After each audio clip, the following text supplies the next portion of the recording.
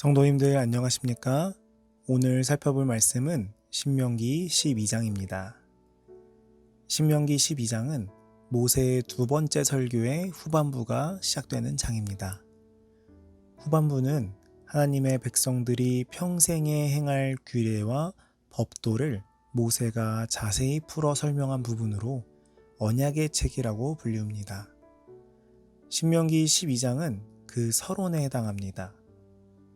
12장의 핵심 되는 기별은 약속의 땅에 들어가서 그 민족들이 섬기던 우상을 파괴하고 우상숭배에 물들지 말라는 권면입니다. 우상숭배야말로 하나님께 대한 신앙을 치명적으로 파괴하고 하나님의 진노를 일으키는 배반 행위였습니다. 또 하나의 주제는 식용으로 가축을 잡을 때의 규례입니다. 광야에서는 식용으로 가축을 도살할 때에도 회막 문에 와서 먼저 하나님께 낙헌 제물로 드린 후에 남은 고기를 먹을 수 있었습니다. 그러나 가나안 땅에 흩어져 살게 된 후에는 거리상 그렇게 할 수 없기 때문에 각자의 성읍에서 도살하였습니다. 3절에 그 단을 헐며 약속의 땅에 들어갈 때에 이스라엘 백성들이 반드시 해야 하는 일이 있었는데 그것은 무엇이냐면 바로 우상을 깨뜨리는 것이었습니다. 가나안은 극도로 우상 숭배에 빠져 그 사악함과 음란함 때문에 땅이 더러워졌다고 레위기 18장에 기록되어 있습니다. 이에 하나님께서 그들을 멸하시기로 작정하시고 그들을 그 땅에서 쫓아내셨다고 성경은 기록하고 있습니다. 그리고 하나님께서는 이스라엘 백성들에게 그들의 우상 숭배에 참여하지 말 것을 강력하게 요청하셨습니다. 구약 선지자들의 피를 토하는 것 같은 절규는 거의 다 우상 숭배에 대한 경고였습니다. 우상 숭배란 무엇입니까? 하나님보다 더 소중한 것이 마음속에 자리 잡고 있는 것이며 그것이 우리의 관심과 삶을 주관하는 것입니다. 그렇게 되면 하나님께서 우리 삶에 들어오실 여지가 없게 됩니다. 이것을 치워버리지 않는다면 우리는 하나님을 사랑할 수 없으며 규례와 법도를 지키는 것도 형식이 되어버리고 맙니다. 오늘날 내 삶을 이끌어가는 나의 우상은 무엇인지 우리는 이 시간 다시 한번 생각해 보아야 합니다.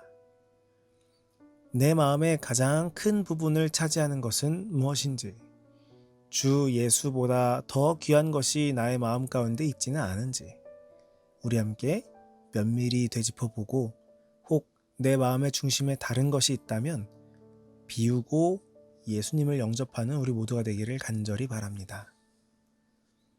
5절에 너희 모든 지파 중에서 택하신 곳인 그 거하실 곳으로 찾아 나아가서 하나님께서는 아무 데서나 자기들이 원하는 방법과 장소에서 거행하는 우상 숭배와 구별하기 위해서 제사 드릴 장소를 지정해 주셨습니다.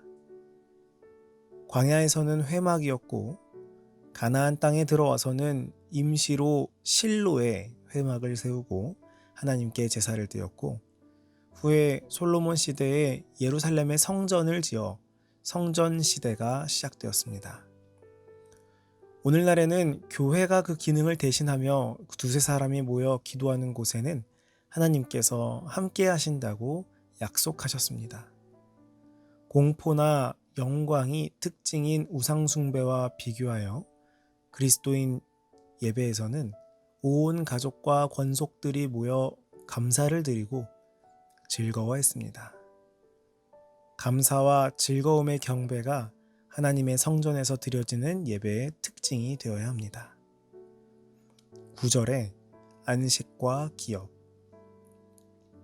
이스라엘이 가나안에 들어가서 차지하게 될 땅은 하나님이 그들에게 주시는 기업이며 동시에 그곳은 더 이상 광야 40년과 같은 유랑 생활을 하지 아니하고 안주하게 될 안식의 장소였습니다. 이것은 성도들이 영적 가나안, 곧 천국에 이르러 하나님의 위로와 사랑을 받으며 영원히 안주하게 되는 것을 예표해 줍니다.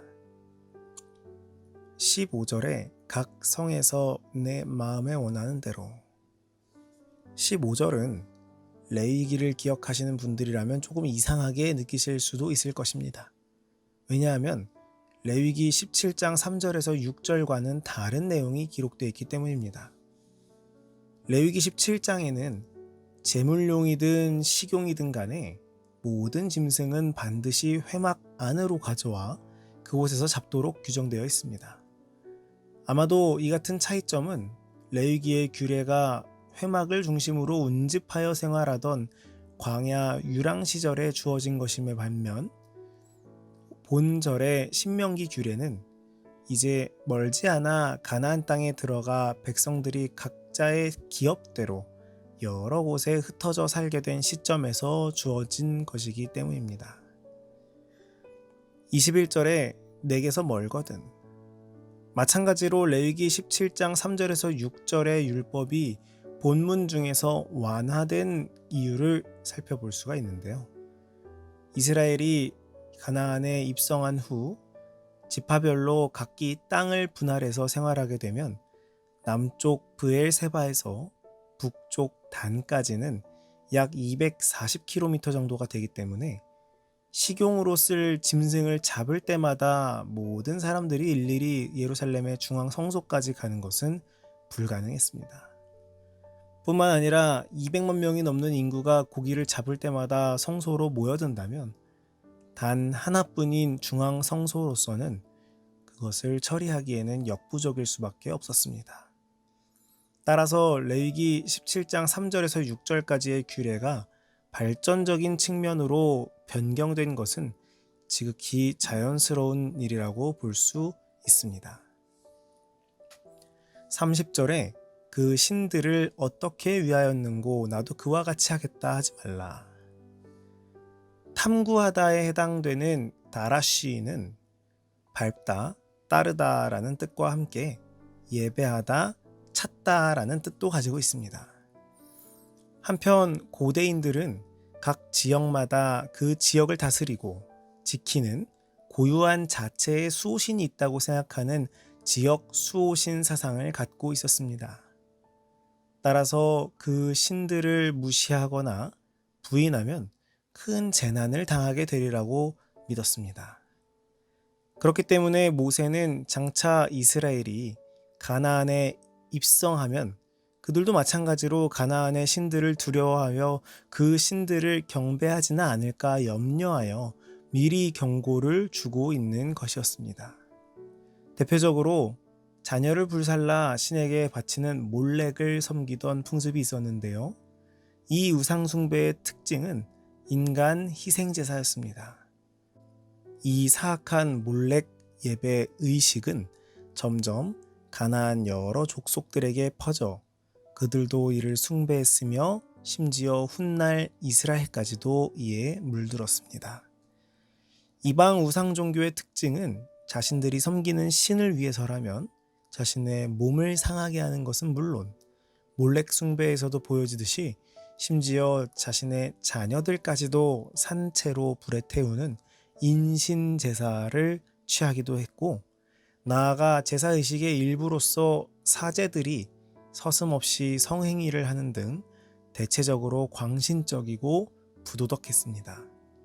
따라서 거룩히 구별된 여호와의 선민 이스라엘은 결코 그 모양이라도 본받지 말아야 했습니다. 모세의 하나님만 경배하고 그분께 영광을 돌리는 말은 여호와 하나님의 유일성과 전 우주적인 주권성을 다시 한번 강조하는 말이었습니다. 지금 우리가 살아가는 이 세상도 온갖 각종 우상들로 가득 차 있습니다.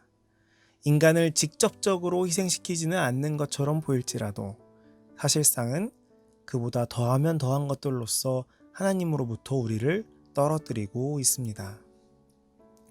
우상이란 하나님보다 더 관심과 사랑을 받는 모든 것입니다. 나의 삶 속에는 어떤 우상이 있는지 오늘 이 아침 솔직하게 내 마음을 되돌아보기를 간절히 바랍니다. 우상숭배를 피하는 가장 좋은 방법은 타협이나 회피가 아닌 파괴입니다.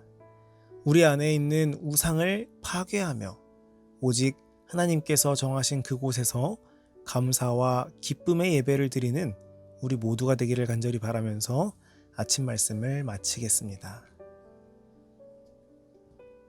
오늘은 용상훈 청년을 위해 기도하도록 하겠습니다. 하늘에 계신 아버지, 오늘도 주님 앞에 나아올 수 있도록 인도하심에 감사합니다. 오늘은 용상훈 청년을 위해 기도합니다. 하나님, 여러 가지로 고민도 많고 앞길에 대한 생각도 많습니다. 인도하여 주시옵고 주님께서 보시기에 가장 좋은 길로 이끌어 주시옵소서. 오늘 말씀처럼 우리 마음 가운데 있는 우상들을 제할 수 있도록 능력 허락하여 주시옵고 주님을 향한 마음이 다른 어떤 것으로 방해받지 않도록 구별하게 인도하여 주시옵소서. 예수님 이름으로 간절히 기도합니다. 아멘.